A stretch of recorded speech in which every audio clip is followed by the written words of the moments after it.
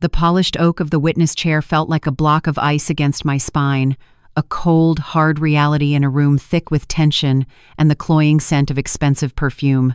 I sat with my hands folded in my lap, a portrait of serene submission. It was a role I had perfected over 8 years, the part of the dutiful, unassuming wife. Across the chasm of legal procedure, my husband, Elias, sat beside his lawyer. His suit, a tailored masterpiece of charcoal gray silk, seemed to absorb the light in the room, leaving everything around him just a little bit dimmer. A confident, predatory smile played on his lips.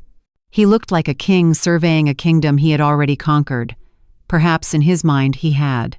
He leaned forward, just enough for his voice to slither across the table, a venomous whisper meant only for me and the shark-like man beside him. "You will never see another cent of my money, Serena. Not for the rest of your natural life." His tone was the same one he used when he explained, with patronizing patience, why I no longer needed a bank account of my own, or when he would deny me the simple freedom of buying groceries without his explicit, itemized permission. He radiated a profound sense of pride, the satisfaction of a hunter who had not only trapped his prey, but was now savoring its final terrified moments. In the gallery directly behind him, Kendra was a vision of calculated perfection. Her fingers, tipped with blood-red lacquer, rested elegantly on a designer handbag that cost more than my entire wardrobe from before I met him. She leaned forward, a conspiratorial glint in her eyes, her perfectly painted lips forming a silent message that twisted my stomach into a knot of cold nausea. "That's right, babe." The word, a phantom on the air, was drenched in a saccharine sweetness that felt more like poison. She called him babe. The same term of endearment I once used, back in a lifetime when I believed our vows meant something, when I thought the man I had given my heart to was real and not just a carefully constructed facade. Beside her, as if they were a pair of regal vultures waiting for the feast to begin, sat Dorotha, Elias's mother. Her silver hair was pulled back into a severe, unforgiving bun, and her eyes, the color of a winter sky, drilled into me with an intensity that made me feel like something unclean she had discovered on the sole of her shoe. From the first day Elias brought me home, a nervous young woman with a heart full of hope, she had made her disdain for me clear. I was not from the right family. I did not possess the right pedigree. I lacked the innate, ruthless class required to bear the Caldwell name. That woman, Dorotha's voice, sharp and brittle as shattered glass, sliced through the courtroom's heavy silence. She does not deserve a single dime of the Caldwell fortune. She smiled as she said it. A thin, cruel slash of triumph. It was the same smile she offered me every Christmas morning as she handed me a department store gift card, only moments before presenting Kendra with a velvet box containing some new piece of extravagant, glittering jewelry. Even before the affair had a name, Dorotha was already auditioning my replacement. My own lawyer, a kind but overwhelmed man named Mr. Rohr, sat beside me, his papers rustling with a nervous energy that did little to inspire confidence. He was a good man, but he was a rowboat facing a fleet of battleships. Elias's legal team was a trio of high-powered attorneys from a prestigious Fifth Avenue firm, men whose tailored suits and leather briefcases screamed of billable hours that ran into the thousands. Their briefcases were arsenals, stuffed with documents meticulously prepared to paint me as a parasite, a gold digger who had contributed nothing. They had spreadsheets and charts designed to prove my worthlessness, no job history for 8 years, no professional qualifications beyond a forgotten college degree, no assets to my name. They were crafting a narrative of me as a cunning freeloader who had ensnared their brilliant, generous client. At the head of the courtroom, presiding over this slow-motion execution, was Judge Wallace, a woman in her late 50s, with intelligent, piercing eyes and a crown of salt and pepper hair. She had a reputation for being surgically precise and immune to theatrics. She did not seem impressed by the expensive suits or the silver-tongued arguments of Elias's legal counsel, but the sheer weight of their meticulously prepared case seemed to be pushing the scales of justice inexorably in their favor. All morning she had listened, her face an unreadable mask of judicial neutrality. "Your Honor," Elias's lead counsel began, rising with the fluid grace of a man who knew he was about to deliver a killing blow. He held a thick binder in his hands as if it were a sacred text. "My client, Mr. Caldwell, has been more than magnanimous throughout this unfortunate process. Mrs. Caldwell, by her own admission, has no work history, no formal education beyond a bachelor's degree she has never utilized, and possesses no personal assets. For 8 years, she has enjoyed a lifestyle of immense comfort and privilege, a lifestyle she did absolutely nothing to earn or contribute to.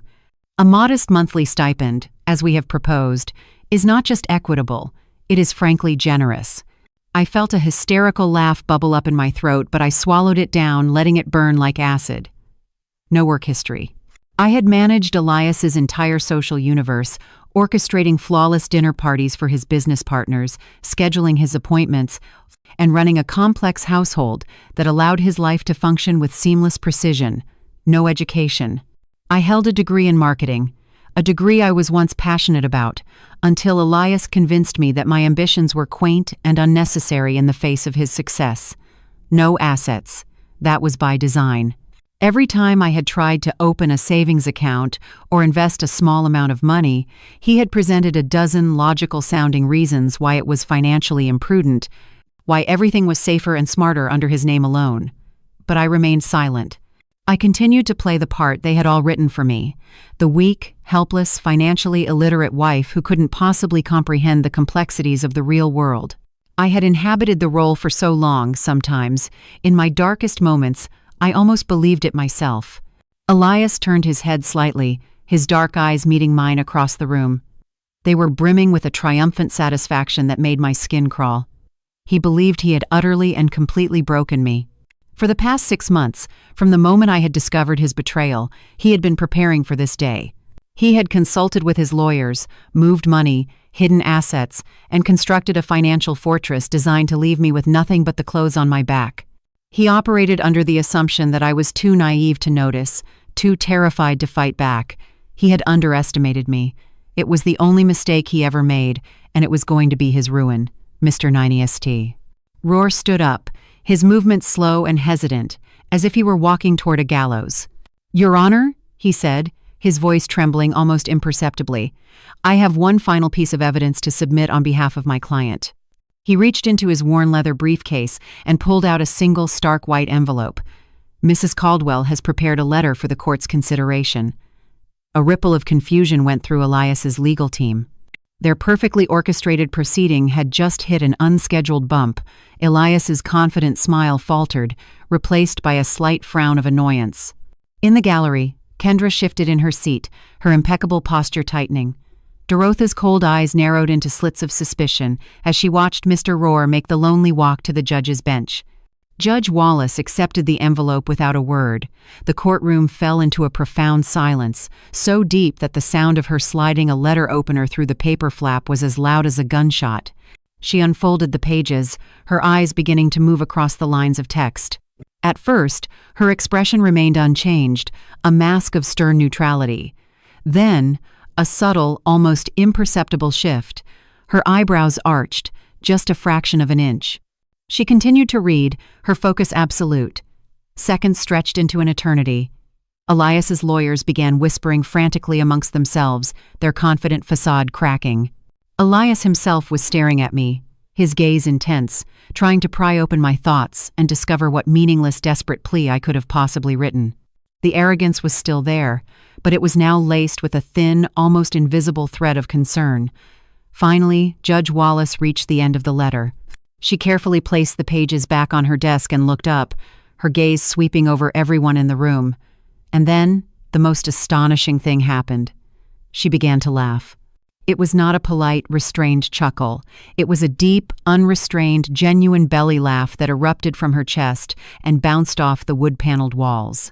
She laughed with such force that she had to set the letter down, remove her glasses, and wipe tears from the corners of her eyes. "Oh, this is good," she said, her voice still shaking with mirth, yet carrying with perfect clarity in the stunned silence. "This is very, very good." In an instant, the triumphant smiles on the faces of Elias, Kendra, and Dorotha vanished, as if they had been wiped clean by an invisible hand. Elias's face, moments before flushed with victory, turned a sickly, pale white. Kendra's perfectly shaped mouth fell slightly agape. Dorotha's icy composure finally shattered, and for the first time in the 8 years I had known her, she looked genuinely, utterly afraid. A small, slow smile, finally touched my own lips. After months of secret planning, of living a double life, of silent suffering and meticulous preparation, it was finally time. It was time for them to learn the truth. 3 years ago, I believed my life was a fairy tale. I genuinely thought I had married Prince Charming. Elias would return from his day at the office, his arms laden with flowers, and his first act upon crossing the threshold of our home was to kiss me, to tell me how incredibly lucky he was to have me as his wife. We lived in his ancestral home, a sprawling estate on the Upper East Side with stately white columns and a lawn so perfectly manicured it looked like a sheet of green velvet. I would wander its halls, feeling like a princess who had finally found her castle. "Serena, you never have to worry about money ever again," Elias told me one evening, his voice a smooth, reassuring baritone. We were seated at our massive mahogany dining table, the crystal chandelier above us scattering rainbows across the room. He cut into his filet mignon with a practiced, precise movement, a technique his mother had drilled into him since childhood. "I make more than enough for both of us, for 10 of us. Your focus should be on creating a sanctuary for us, on making our home a beautiful, tranquil place." At the time, I was working at a boutique marketing agency downtown. It was a small firm, but the work was exhilarating. I loved the creative challenge of helping local businesses find their voice, the thrill of seeing a campaign I had designed come to life and succeed. But for months, Elias had been dropping hints, planting seeds of doubt about my career. He would talk about how tired I looked, how the stress of the city commute was taking a toll on me, how my small salary was insignificant in the grand scheme of our financial picture. But I genuinely enjoy my work.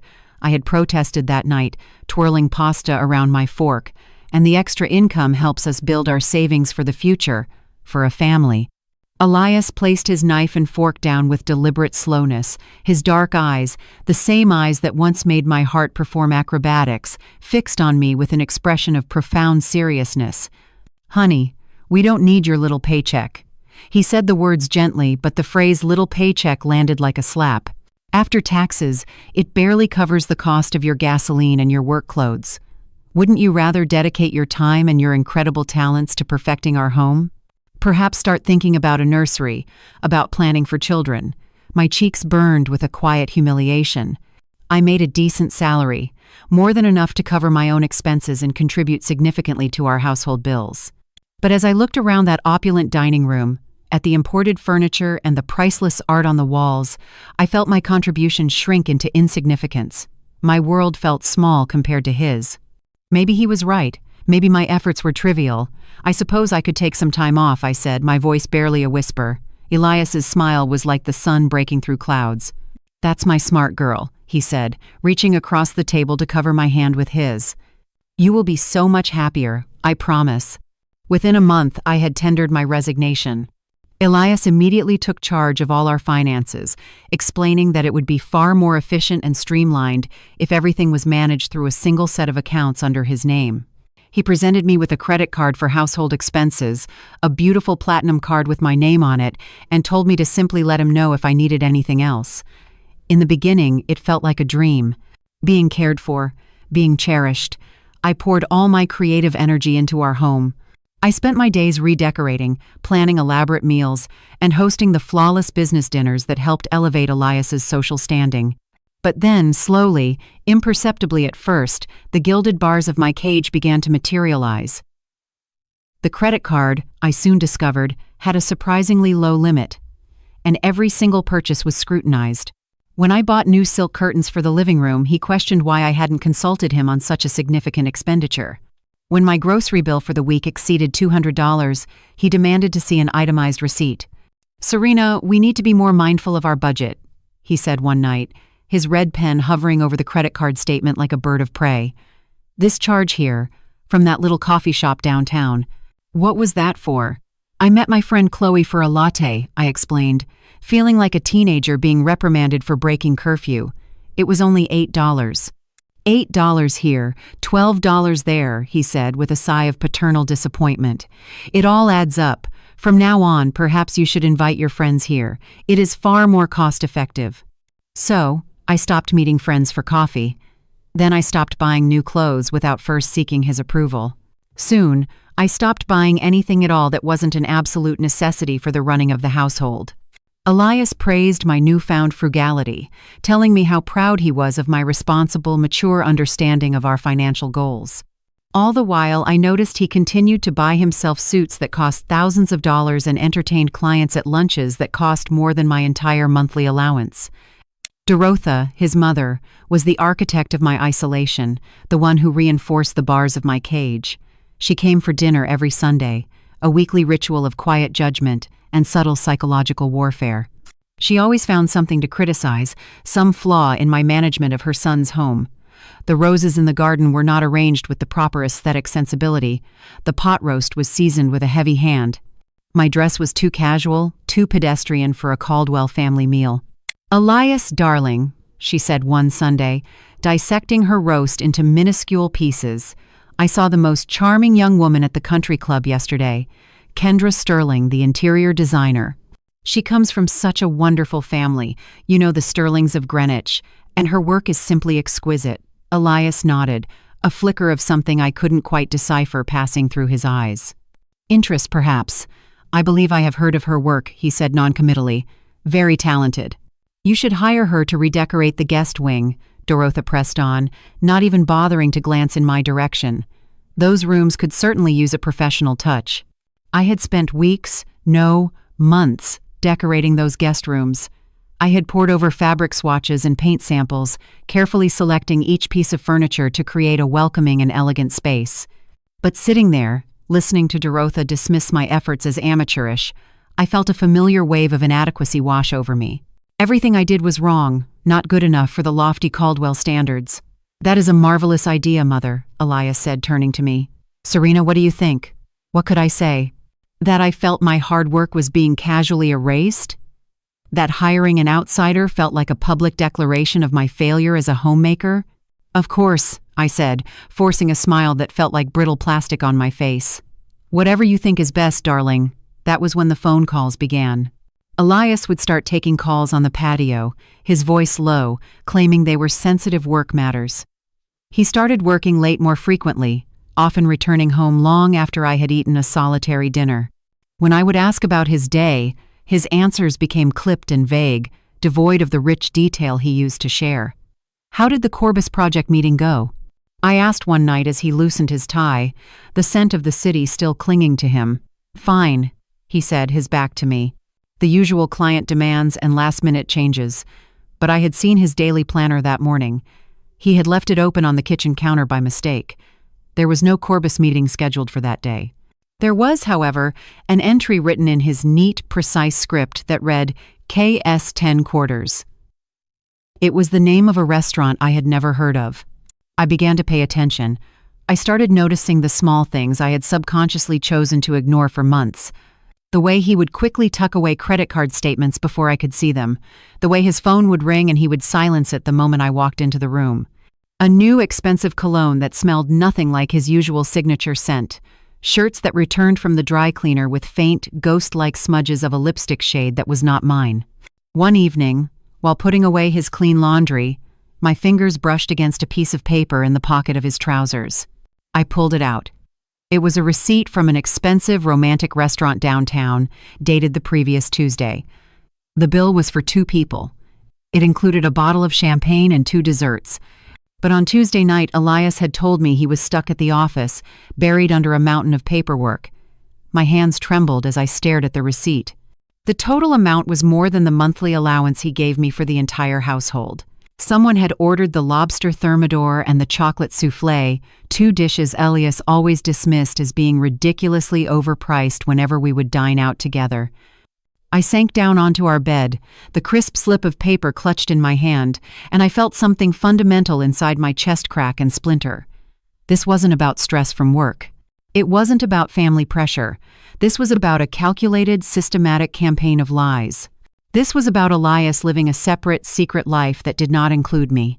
That night, when he came home smelling faintly of a perfume I did not recognize, I said nothing. I smiled my dutiful smile, asked about his day, and listened as he spun a fictional tale about meetings I now knew had never taken place. I nodded, served his dinner, and pretended that my world wasn't collapsing around me, but on the inside, a cold, hard resolve was beginning to form. A plan was taking shape. The next morning, I waited for Elias to leave for what he called a critical business breakfast. Instead of starting my usual routine of cleaning and tidying, I changed into a pair of dark jeans, a plain gray hoodie, and a baseball cap. I felt like a character in a cheap spy movie. A ridiculous cliché, but this was my life, and it was falling apart in real time. I drove to Elias's office building on Fifth Avenue and parked across the street, in a spot that gave me a clear view of the main entrance. My heart hammered against my ribs with such force I thought it might break through. What was I doing? Was I insane? Following my own husband like some kind of obsessed stalker? But the need to know, the need to see the truth with my own eyes, was a physical hunger. At precisely 11:30 in the morning, Elias emerged from the building's revolving doors. He was not alone. Walking beside him was a woman with a cascade of platinum blonde hair and a vibrant red coat that stood out against the gray cityscape. She was breathtakingly beautiful, in a sharp, intimidating way that made my stomach clench with a pain that was both physical and emotional. She was tall, impossibly elegant, and moved with a confidence that I had long since lost. They were laughing together, and as they walked, she placed a familiar hand on his arm. Elias smiled down at her, a genuine, unguarded smile that I hadn't seen directed at me in years. I followed them. I kept my small, practical car several lengths behind his gleaming black sedan, my hands gripping the steering wheel so tightly my knuckles were white. They drove to the Caldwell Refuge, an elegant, ridiculously expensive restaurant where Elias had taken me for our second wedding anniversary. It was the same restaurant he had recently declared was far too extravagant for our budget. I watched through the large picture window as the maitre d' led them to a secluded corner table. I saw them hold hands across the starched white tablecloth. The woman had to be Kendra Sterling, the interior designer Dorotha had so conveniently championed.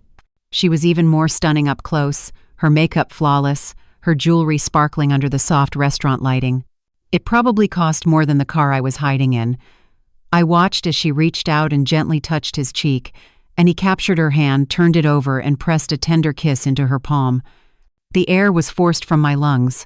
I felt as if a giant, invisible hand was squeezing my chest.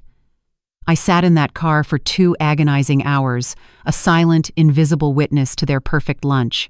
They ate, they laughed, they looked at each other with the easy intimacy of lovers. When they finally emerged, Elias walked her to a sleek silver BMW parked at the curb. He leaned in and kissed her goodbye. It was not a quick, friendly peck on the cheek. It was a deep, lingering kiss, a kiss of possession and passion that lasted so long I had to physically turn my head away, a wave of nausea washing over me. That afternoon, Elias came home at his usual time, carrying a bouquet of flowers for me. He launched into a detailed, fabricated story about a difficult client meeting that had run late. He complained about how tedious his day had been, how he wished he could have spent it with me instead. I nodded. I smiled. I arranged the flowers in a vase and served him the dinner I had somehow, on autopilot, managed to prepare while my entire universe was imploding. "How was your day, honey?" he asked, cutting into his chicken with the same nonchalant precision as always. "Quiet," I said, my voice sounding strangely calm and distant to my own ears. I rearranged the linen closet and did some reading. "That's my good girl," he said, reaching out to pat my hand in that condescending way of his, always keeping busy. I wanted to scream. I wanted to hurl my plate against the wall and demand he tell me who Kendra was, how long this betrayal had been going on. But I didn't. I squeezed his hand in return and asked if he would like some dessert. In the weeks that followed, I became a ghost, an expert in the art of surveillance. I learned their routine. Lunches on Tuesdays and Thursdays. Afternoon meetings that were actually intimate dinners on Fridays. Weekend trips for what Elias called business conferences were, I discovered, romantic getaways to boutique hotels in the countryside. I followed them to art galleries, to exclusive wine tastings, to expensive boutiques where Kendra would model clothes that cost more than I was allowed to spend in 3 months. I watched as Elias bought her jewelry, designer handbags, and endless bouquets of flowers. He paid for everything with a black credit card I had never seen before, a card that was clearly not subject to the same budgetary constraints as mine. The most painful part was not the betrayal itself, but seeing how genuinely happy he looked with her. He laughed with an open, uninhibited joy that had long vanished from our marriage. He was attentive to her in a way he had not been with me since our earliest days. He opened doors for her, pulled out her chair, and listened to her speak with a look of rapt fascination, as if she were the most interesting person in the world. He was performing the role of the perfect, adoring partner, a role he had long since retired with me. One Saturday, my grim pilgrimage led me to an exclusive equestrian center in upstate New York, a place where Dorotha was a prominent member. I parked outside the ornate gates and watched through the wrought iron fence as Elias and Kendra, dressed in pristine tennis whites, played a spirited match. And there, sitting at a table on the clubhouse patio, was Dorotha. She was sipping a glass of iced tea and applauding enthusiastically whenever Kendra made a particularly skillful shot. After the game, the three of them sat together laughing and talking like the oldest and dearest of friends. Dorotha was animated in a way I had rarely seen, gesturing with her hands, her face lit up with genuine warmth as she conversed with Kendra. She touched Kendra's arm affectionately, nodded approvingly at something she said, and cast a proud, smiling glance at her son. The truth hit me with the force of a physical blow. Dorotha didn't just know about the affair, she was actively encouraging it, she was orchestrating it. I drove home in a daze, the beautiful scenery of the countryside a blur of green and gold. I sat in the vast, silent house, the house I had worked so hard to make a home, and I finally understood the full scope of the conspiracy. This wasn't just about Elias wanting a mistress. This was a calculated plot to replace me entirely. Dorotha had hand-picked her new daughter-in-law, someone she deemed worthy of the Caldwell name, and they were all working in concert to systematically push me out of the picture. That night, Elias came home with faint scratches on his arms. When I asked about them, he spun a lazy tale about moving some boxes in the office and snagging his arm on an exposed nail. It was another lie, told with such casual ease that it made me wonder how many thousands of others I had unknowingly swallowed over the years. "Elias," I said later that evening, my voice carefully neutral. "Your mother mentioned that interior designer again the other day, Kendra Sterling. Have you given any more thought to hiring her?" His expression did not change, but I detected a microsecond of hesitation before he answered. "Oh, right. I did look into her, but her rates are astronomical. She's very expensive. Perhaps next year, when the business is in better shape, she must be incredibly talented to command such high fees," I pressed gently. "I suppose so," he said with a shrug. "I have not actually had the pleasure of meeting her in person. Lie after lie after lie." I nodded, smiled, and pretended to believe every word. But inside, I was a meticulous court reporter, recording every falsehood, every fabricated excuse, every time he looked me directly in the eye and lied about where he had been and who he was with. 2 months into my secret investigation, a horrifying realization began to crystallize. Elias wasn't just having an affair. He was methodically laying the groundwork to divorce me and ensure I received absolutely nothing. All those conversations about our budget, all the restrictions on my spending, the gradual erosion of my financial independence, it was all part of a long, deliberate strategy. He was going to stand in a courtroom and paint me as a useless, financially illiterate freeloader who had contributed nothing to the marriage. He would keep the house, the cars, the investments, the art, everything. I would be cast out with nothing while he seamlessly transitioned into his new life with his mother's handpicked successor. But Elias, in all his arrogant brilliance, had made one fatal miscalculation. He believed his own narrative. He truly thought I was the weak, clueless, and terrified woman he had spent years creating. He had no idea that I was watching his every move, learning his secrets, and beginning to plot a strategy of my own. As I lay in our bed that night, the sound of his steady, untroubled breathing filling the darkness, I made a solemn vow to myself. If Elias wanted to play a game of money, secrets, and lies, then I would learn the rules, and I would play it better than he ever could. The next morning I waited for him to leave for a 9 o'clock client meeting, which I knew from my notes was actually a brunch date with Kendra. Then, I did something I had never done in our entire marriage. I walked to his home office, a room that was his sacred private sanctuary, and I prepared to break in. Elias's study was the one room in the house I was explicitly forbidden from entering, let alone cleaning or organizing. He kept it locked at all times when he wasn't home. But months ago, I had seen him slide a spare key under the heavy base of his antique desk lamp. My hands were shaking so violently I could barely fit the key into the lock. I took a deep breath, turned the key, and stepped inside. The office was immaculate, a testament to his obsessive need for order. Filing cabinets lined one wall, and a massive mahogany desk, clear of any clutter, dominated the center of the room. I had no idea what I was looking for, but I knew I had to start somewhere. I began with the desk drawers, sifting through folders and documents with methodical care. Most of it was standard business correspondence, contracts for construction projects, invoices for building materials. But in the bottom right-hand drawer, tucked away beneath a stack of old blueprints, I found it. A folder simply labeled Personal Accounts. It contained bank statements from 3 different banks, none of which I had ever heard of. I had been under the impression that we held all our assets in a single joint account. The statements were staggering. They showed vast sums of money moving in and out, amounts that seemed far too large for his declared business income. There were large deposits from anonymous corporations I didn't recognize, and frequent cash withdrawals in even amounts, often $50,000 or $100,000 at a time. My heart was pounding so hard I felt dizzy. I took out my phone and began taking pictures, my hands trembling as I documented every single page, ensuring each paper was returned to its exact original position. In a locked filing cabinet, for which I found the key in a small box labeled Spares, I unearthed more secrets.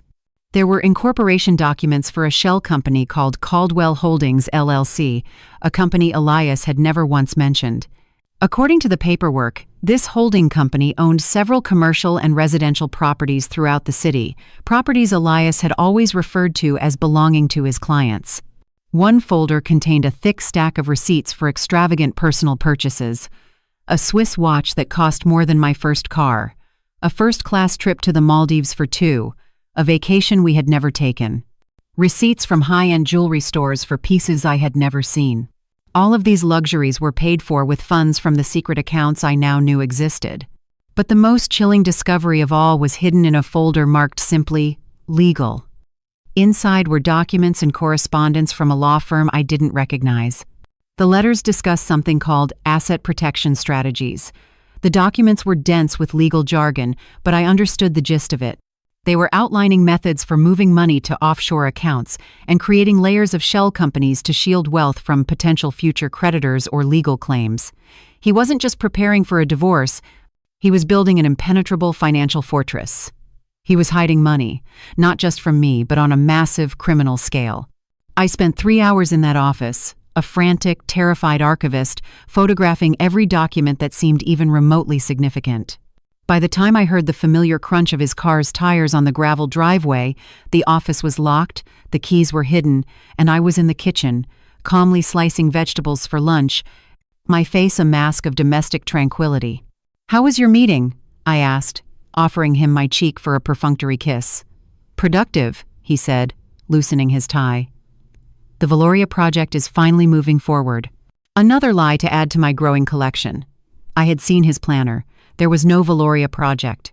But I smiled, nodded, and asked if he wanted his sandwich on rye or whole wheat. That afternoon, I did a second thing I had never dared to do before. I called my old friend Chloe Hayes. She was a forensic accountant, one of the sharpest I knew. We had drifted apart after I quit my job, a casualty of my new, isolated life. But I was praying she would still be in my corner. "Serena?" Chloe's voice was warm and familiar when she answered. "It has been way too long. How are you?"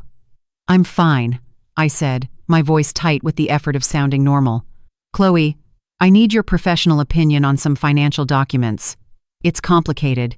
Can we meet for coffee?" "Of course," she said, her tone shifting immediately. "Is everything okay? You sound stressed. I will explain when I see you." We met at a small anonymous coffee shop on the other side of town, far from the neighborhoods Elias frequented. Chloe, with her vibrant red curls and kind, intelligent eyes, looked at me with concern as I sat down. Without much preamble, I pushed my phone across the table and showed her the photos I had taken. She scrolled through the images in silence, her cheerful expression slowly melting away, replaced by a focused, serious frown. "Serena," she finally said, looking up at me, her eyes wide with alarm. "Where in God's name did you get these?" "They are my husband's business papers," I said. "I found them in his office." Chloe was silent for a long time, swiping back and forth between images of bank statements and incorporation documents. Finally, she took a deep breath and looked me straight in the eye. "Serena, some of these transactions are not just suspicious, they are textbook examples of a sophisticated criminal enterprise. This shell company, the offshore accounts, the pattern of large, structured cash withdrawals, this looks like money laundering." "Money laundering?" I repeated the words, but they felt foreign, like a line from a movie. What does that even mean? "It means taking dirty money from illegal activities, and making it look clean by funneling it through a series of legitimate-looking businesses and transactions. It is a very, very serious federal crime." The floor seemed to drop out from under me. "Are you sure?" "I'm not a criminal investigator," she said, "but I have seen enough financial fraud cases in my career to recognize the classic red flags." "Look at this," she said, pointing to one of the statements. "Your husband is accepting huge cash deposits from anonymous shell corporations. Then he is moving that money through several different accounts in a complex series of transactions before it ultimately lands in offshore banks in known tax havens. That is the dictionary definition of washing money." I felt the room begin to spin. "What should I do?" "You need to take this to someone who specializes in this. You need to talk to law enforcement. I know a detective in the white-collar crime division. His name is Detective Major, and he is one of the best. Do you want me to give you his number?" I could only nod, my throat too tight to speak. Chloe scribbled the detective's name and number on a napkin and pushed it across the table. "Serena," she said, her voice low and urgent as she reached out and squeezed my hand. "Please, be incredibly careful. If Elias is involved in something like this, these are not the kind of people you can afford to cross. Do not let him know you suspect anything." I drove home in a state of shock, the napkin with the detective's number feeling like it was burning a hole in my purse. Elias was in his study when I arrived, probably orchestrating the movement of more illicit funds while I was in the kitchen, dutifully preparing his dinner. I cooked. I cleaned. I played the part of the perfect wife. But on the inside, I was gripped by a terror so profound it was almost paralyzing. That night, as Elias slept peacefully beside me, his breathing deep and even, I stared at the ceiling, trying to process the new, terrifying reality of my life. My husband was not just a cheating, manipulative liar who was planning to leave me destitute. He was a high-level criminal, a man who had used our marriage, our home, and my carefully curated ignorance as a cover for his vast illegal enterprise. But as the hours ticked by, a new emotion began to burn through the fog of fear and sadness. It was rage, a pure, cold, clarifying rage. Elias had not just betrayed me, he had implicated me. He had stolen my future, and he was planning to destroy my life without a second thought. But now, I had the one thing he never thought I would possess: leverage. I had information that could destroy him. The next morning, I would call Detective Major. The next morning, I would start to fight back. I waited until I heard the sound of Elias's car pulling out of the driveway before I picked up the phone. My hands were shaking so badly that I had to dial Detective Major's number 3 times before I managed to get it right. "White Collar Crimes Unit, Detective Major speaking." A deep, no-nonsense voice answered on the second ring. "Hello," I said, my own voice a reedy whisper. "My name is Serena Caldwell. My friend Chloe Hayes suggested I call you. I think my husband might be involved in illegal financial activities." There was a brief pause on the other end of the line. "Mrs. Caldwell, are you in a safe place to talk? Can you come down to the precinct this afternoon? I would like to discuss this with you in person." 2 hours later, I was sitting in a small, sterile office at the police precinct, across a metal desk from a man in his late 40s with kind, tired eyes and a salt and pepper crew cut. Detective Major had the photos from my phone displayed on his computer monitor, and he was studying them with a look of intense concentration. "Mrs. Caldwell, how long do you believe your husband has been involved in these activities?" he asked, his voice gentle but firm. "I don't know," I admitted, feeling a fresh wave of shame. "I just found these papers yesterday. I had no idea any of this was happening." Detective Major nodded slowly. "It is very common in these types of cases. The spouses are often the last to know. They are deliberately kept in the dark." He pointed to one of the bank statements on his screen. "These transactions show a clear and established pattern of money laundering. Your husband is receiving large sums of cash from what are almost certainly illicit sources, and he is running that cash through his real estate business to conceal its criminal origin." "What kind of illicit sources?" I asked, my voice trembling.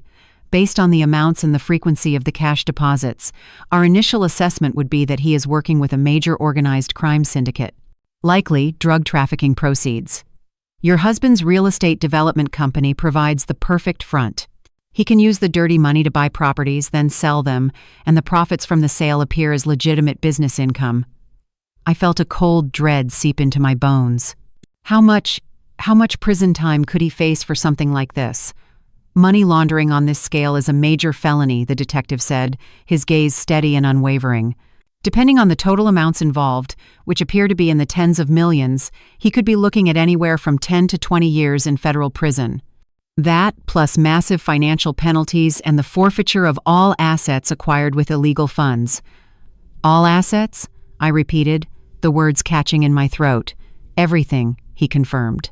"The house, the cars, the bank accounts, the investment portfolios. If they were purchased or funded with laundered money, the government will seize them." My mind was reeling. If Elias went to prison and lost everything, what would happen to me? I would be left with exactly what he had planned all along. Nothing.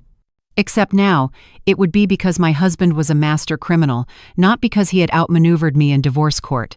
"Detective Major," I said, a new, audacious idea taking root in the scorched earth of my mind. "What if I could help you?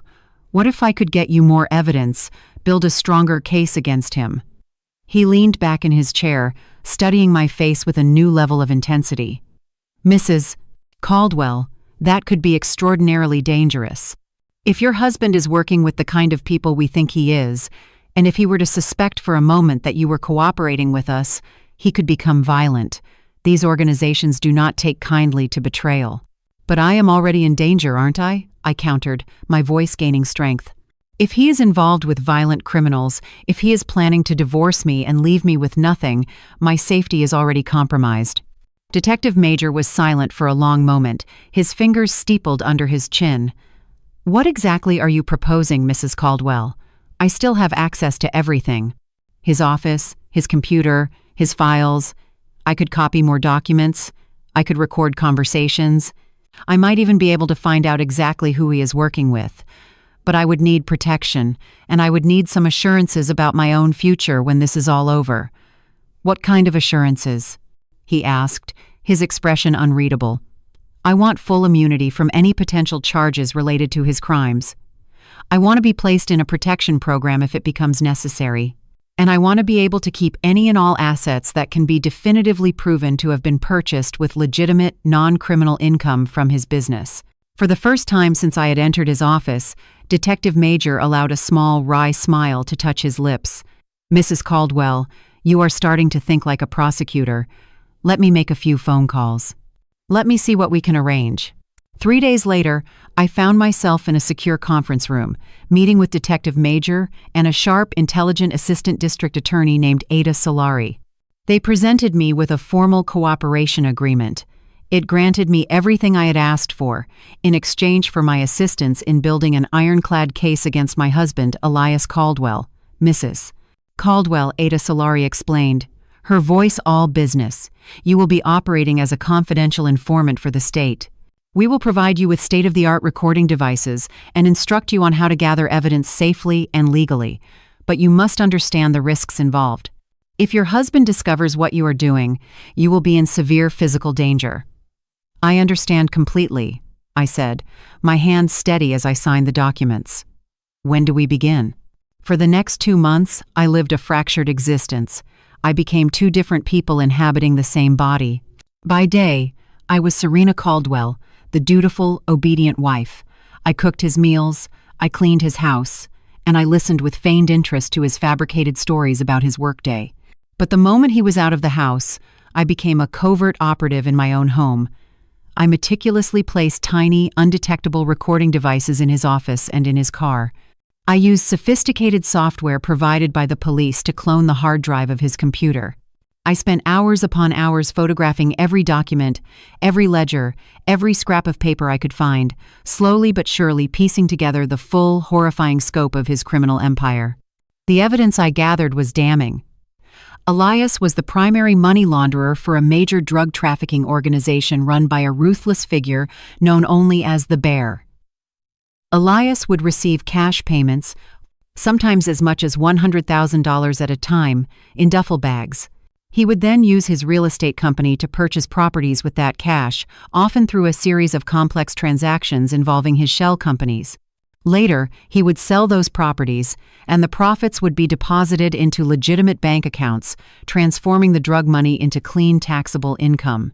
But Elias, in his infinite greed, had been skimming. On top of his agreed-upon percentage for laundering the money, he had been stealing from his dangerous criminal partners. He used this stolen drug money to fund his lavish lifestyle with Kendra, buying her the expensive gifts and taking her on the secret trips. I recorded conversations where Elias boasted to one of his associates about how easy it was to deceive both the authorities and his criminal employers. I captured surveillance photos of him accepting briefcases full of cash from men who looked like they had stepped out of a gangster movie. I documented every illegal transaction, every whispered lie, every single crime. The hardest part was the suffocating act of normalcy. Elias would come home each night, kiss me on the cheek, and tell me about his day, weaving intricate tales of legitimate business deals, while I knew for a fact that he had spent the afternoon meeting with drug lords and contract killers. "You seem different lately," he said one night over dinner, studying me with an unnerving intensity. "More confident. I like it." "I have been doing a lot of reading," I replied, which was technically true. I had been devouring books on money laundering, financial crime, and asset forfeiture. "That is wonderful, honey," he said with a patronizing smile. "Knowledge is power." If only he knew. If only he had any idea how much knowledge I had acquired, and how I was about to use that power to dismantle his entire world. At the end of the 2 months, Detective Major informed me that we had more than enough evidence to arrest Elias and seize all of his assets. But I asked him for one more week. I had one final act to play in this tragedy. I wanted to be in that divorce courtroom. I wanted to watch Elias believe he had won, that he had successfully stripped me of everything. I wanted to see the look on his face when he finally realized that his perfect, intricate plan had been completely and utterly destroyed by the one person in the world he thought was too weak and too stupid to ever fight back. The trap had been meticulously set. All that was left was for Elias to confidently walk right into it. The day of the final divorce proceedings arrived on a cold, sterile Tuesday morning in November. I sat on a hard wooden bench in the hallway outside the courtroom, dressed in a simple, modest black dress I had chosen specifically to make me look smaller, more vulnerable, more defeated than I truly felt. Elias arrived, flanked by his trio of expensive lawyers, a conquering hero returning from a victorious campaign. They all carried thick leather briefcases and wore the confident, predatory smiles of men who knew the scent of blood was in the air. "Good morning, Serena," Elias said, his voice a silken sheath covering a blade of condescending pity. "I do hope we can get through this as quickly and amicably as possible." I simply nodded, my eyes downcast, playing my role to absolute perfection. "I just want what is fair, Elias," I murmured. He patted my shoulder, a gesture one might use on a frightened child or a well-behaved pet. "Of course you do, honey. And don't you worry. I will make sure you are well taken care of." Kendra made her grand entrance a few minutes later, a vision in a stunning royal blue suit that likely cost more than I used to earn in a month. She took a seat in the gallery directly behind Elias, her presence a clear, unspoken declaration of victory, a preview of the woman who would soon be taking my place. Dorotha sat beside her, the two of them whispering and smiling like lifelong friends celebrating a shared triumph. Once we were inside the courtroom, Elias's lead lawyer, a silver-haired shark named Mr. Villalobos, immediately seized control of the narrative. He was the kind of attorney who charged by the minute and won his cases through a combination of sheer intimidation and meticulously prepared legal assaults. "Your Honor, Mr. Villalobos began, his voice booming with authority. "This is, at its core, a very simple and straightforward case. My client, Mr. Endestates, at its core, Elias Caldwell, is a highly successful and respected businessman who has for 8 years single-handedly supported his wife in a lifestyle of luxury. Mrs. Caldwell, by her own testimony, has no work experience, no professional skills, and has made 0 financial contributions to this marriage. The settlement she is requesting is not only unreasonable, it is frankly ludicrous and would cause undue hardship to my client's legitimate business interests. Judge Wallace listened, her face a mask of judicial impartiality as Mr. Villalobos systematically laid out his case. His team produced elaborate charts illustrating Elias's income versus my complete lack of it. They presented diagrams demonstrating my non-existent contributions to the marital assets. They called witnesses who painted me as a lazy, opportunistic gold digger who had ensnared a good, hard-working man. Dorotha was the first to take the witness stand. Dressed in a prim navy suit and a string of pearls, she looked every bit the dignified society matron. She spoke in a clear, unwavering voice, describing in painstaking detail how I had never truly fit into their sophisticated world. Elias tried so very hard to help Serena improve herself, Dorotha testified, her voice filled with feigned sorrow. He paid for etiquette lessons, he bought her suitable clothing, he even hired tutors to help her learn about art and culture.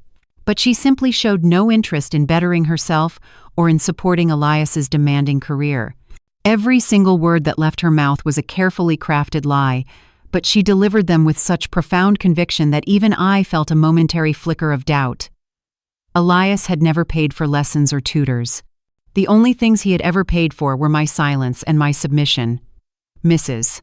Caldwell has no comprehension of the complex social obligations that come with being married to a man of Elias's stature, Dorotha continued, warming to her theme.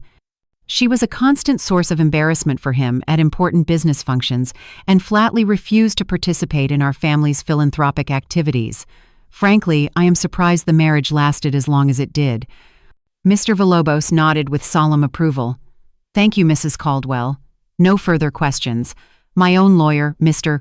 Rohr, stood for the cross-examination, but he looked flustered and out of his depth, a minnow trying to fight a great white shark. Mrs. Caldwell, isn't it true that your son maintained complete and total control over all the finances in the marriage? He asked weakly. Elias handled the money because he has a brilliant mind for finance, Dorotha retorted smoothly, without missing a beat. Serena showed no aptitude or interest in learning about such complex matters. And isn't it true, Mr. Rohr pressed, that you actively encouraged your son's relationship with Miss Kendra Sterling? Dorotha's eyes flashed with a dangerous fire. I have no idea what you are implying, she snapped. Mr. Rohr, clearly outmatched, quickly sat down. I wanted to scream at him, to urge him to fight harder, but I reminded myself that his apparent weakness was a crucial part of my own strategy. Next, it was Elias's turn. He looked handsome and earnest in his dark suit, the very picture of a successful, long-suffering husband who had been taken advantage of by a greedy, ungrateful wife. Your Honor, Elias began, his voice laced with a carefully rehearsed sorrow. I loved Serena very deeply, but our marriage became an impossible burden.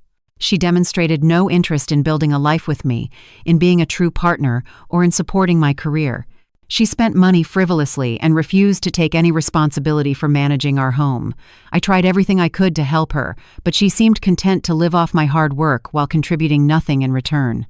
Mr. Villalobos expertly guided Elias through a detailed, entirely fictional account of our marriage. In Elias's telling, I was a lazy, selfish, and financially irresponsible child. He was the patient, saintly husband who had exhausted every option to save our failing marriage. I am only asking for a modest settlement that will allow Serena to start a new life, Elias concluded, his voice trembling with false emotion. A small monthly allowance and perhaps some funding for job training to help her become self-sufficient. I bear her no ill will. But I simply cannot continue to support someone who refuses to support herself. When Elias finished, the courtroom was silent. I had to admit, his performance was masterful. If I didn't know the ugly criminal truth that lay beneath his polished veneer, I might have believed him myself. Kendra, of course, never testified. She didn't need to. Her mere presence in the courtroom spoke volumes. She sat behind Elias like a queen in waiting, occasionally reaching out to touch his shoulder or whisper a word of encouragement in his ear. Dorotha smiled at her with the warmth and approval she had never once shown me. When it was finally my turn to testify, I played my part to perfection. I spoke softly, my voice barely audible at times. I talked about how I had tried my best to be a good wife, how I had managed our home and supported his career in ways that could not be quantified on a financial statement. But even to my own ears, my words sounded weak, pathetic, and unconvincing. Mr. Villalobos's cross-examination was a masterclass in brutality. He made me admit, one humiliating fact at a time, that I had no income, no savings, and no marketable job skills. He questioned every household expense I had ever made, every personal decision I had ever taken, until he had successfully painted me as a helpless, incompetent freeloader on trial for the crime of being financially dependent. By the end of the day, the verdict was clear to everyone in the room. Elias had won. His lawyers were smiling. Kendra was practically glowing with triumph. Dorotha looked as if she were already mentally planning the menu for the wedding reception. But I was not worried. I was not afraid, because I knew that tomorrow Judge Wallace would read my letter. And then, everything would change. And so there I was, back in that cold wooden chair, watching Elias whisper his cruel, final words about how I would never touch another cent of his money. Kendra's saccharine voice, mouthing the word babe, sent a chill of revulsion down my spine, but I kept my face a perfect placid mask. Dorotha's loud theatrical declaration that I didn't deserve a single dime should have been a mortal wound, but instead it filled me with a profound and terrible satisfaction. They had no idea what was coming for them. Mr. Roar rose with his shaky hands, pulling out the single white envelope that contained the culmination of 2 months of secret, dangerous work. Your Honor, I have one final piece of evidence to submit on behalf of my client. Mrs. Caldwell has prepared a letter for this court's consideration. Elias's confident smile faltered, just for a second. His lawyers looked confused, whispering to each other about this unexpected deviation from their script. Kendra shifted uncomfortably in her seat, her perfect posture becoming rigid. Dorotha's cold eyes narrowed, a silent predator watching as the envelope made its way to Judge Wallace's bench. The judge carefully opened the envelope and began to read. The courtroom was so quiet I could hear the frantic, triumphant beating of my own heart. I watched her face, her eyes moving methodically across the pages. I saw the precise moment her expression shifted from mild judicial interest to utter astonishment, and then to something that looked unmistakably like grim delight. She read for what felt like a lifetime. Elias stared at me, his dark eyes trying to bore into my soul, trying to divine what pathetic, last-ditch plea I could have possibly concocted. His arrogance was still palpable, but it was now tainted by a creeping, insidious worry. When Judge Wallace finally finished reading, she looked up, her gaze moving from Elias to Kendra to Dorotha, and then she exploded with laughter. It was a deep, genuine, unrestrained laugh that echoed through the stunned silence of the courtroom. She laughed so hard she had to remove her glasses and wipe the tears from her eyes. "Oh, this is good," she said, her voice still thick with amusement. "This is very, very good." The triumphant smiles on their faces evaporated in an instant. Elias's face turned a ghastly shade of white. Kendra's mouth hung open in disbelief. Dorotha's icy composure finally, irrevocably, shattered. Judge Wallace composed herself, her expression now turning to one of cold, hard steel, as she looked directly at Elias. "Mr. Caldwell, according to this letter, your wife, Serena Caldwell, has been operating as a confidential informant, cooperating with investigators from the Federal Bureau of Investigation's white-collar crime unit for the past 2 months. She has provided them with exhaustive and irrefutable evidence of your extensive money laundering operation, including covert recordings, surveillance photographs, and authenticated financial documents." Elias leaped to his feet, his face a mask of rage and disbelief. "That is impossible. That is a lie. She knows nothing about my business." "Sit down, Mr. Caldwell," Judge Wallace commanded, her voice cracking like a whip. "According to the Office of the District Attorney, you have been laundering money for a major international drug trafficking organization. You have also been systematically skimming funds from your criminal partners and using that stolen money to finance an extramarital affair with Miss Kendra Sterling." Kendra gasped, her hand flying to her throat as if to stifle a scream. "Elias, what is she talking about? The jewelry, the trips, the expensive dinners," the judge continued, her eyes scanning my letter. "All of it, it seems, was paid for with stolen drug money. Miss Sterling, you might want to consider contacting an attorney of your own." Knowingly accepting gifts purchased with the proceeds of criminal activity could potentially make you an accessory after the fact to money laundering. Kendra's face went completely white. She looked at Elias with pure horror, the realization dawning that every beautiful thing he had ever given her was now a piece of evidence in a major felony investigation. "I didn't know," she whispered, her voice trembling. "I had no idea." Dorotha stood up, her body shaking with a rage so profound it was almost palpable. "This is a ridiculous fabrication. My son is a respected businessman," Mrs. Caldwell, the judge said, turning her icy gaze on Dorotha. "Your son is facing multiple federal charges, including racketeering, tax evasion, and conspiracy to commit money laundering. The state is in the process of seizing all assets determined to have been purchased with illegal funds, which, according to this preliminary analysis, includes the family home you are currently residing in, all vehicles, and the majority of his company's shares." Elias's lawyer was whispering frantically in his ear, but Elias swatted him away like an annoying insect. "Serena, you have no idea what you have done," he snarled, his voice low and menacing. "Those people do not forgive betrayal. You have just signed your own death warrant." I stood up slowly, feeling a strength I had not felt in years surging through my veins. "I know exactly what I have done, Elias," I said, my voice clear and steady. "I know that you are a criminal who used our marriage as a convenient cover for your filthy illegal activities. I know that you planned to throw me away like a piece of trash while you started a new life with stolen money. And I know that you, and your mother, and your mistress completely and utterly underestimated me." Judge Wallace actually smiled.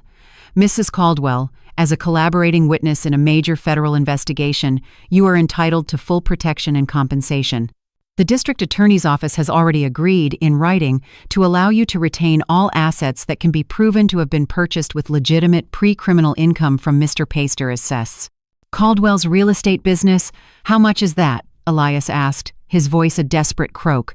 According to the forensic analysis, approximately 40% of his total assets were acquired through legitimate business income before he began his criminal enterprise, the judge stated. "Mrs. Caldwell will receive all of those assets, free and clear, plus a substantial compensatory payment and a significant reward from the state for her invaluable cooperation in this investigation." Elias sank back into his chair, as if his bones had turned to dust, the full weight of his reality finally crashing down upon him. He had not just lost, he had lost everything. His business, his money, his freedom, and his future with Kendra. All because he had built his entire world on the flawed assumption that his quiet, dutiful wife was too weak and too stupid to ever fight back. Kendra was openly sobbing now, black streaks of mascara running down her perfectly powdered cheeks as she watched her dreams of a life of effortless wealth and social status dissolve into a nightmare of legal jeopardy. Dorotha sat in stunned, silent shock, a statue of crumbling pride, watching as her family's legacy was systematically dismantled and destroyed in a matter of minutes. Furthermore, Judge Wallace continued, her voice ringing with finality. "Officers from the NYPD's major case squad are waiting outside this courtroom at this very moment to take Mr. Caldwell into custody on charges of money laundering, racketeering, and tax fraud. This divorce proceeding is hereby suspended indefinitely, pending the outcome of the impending criminal trial."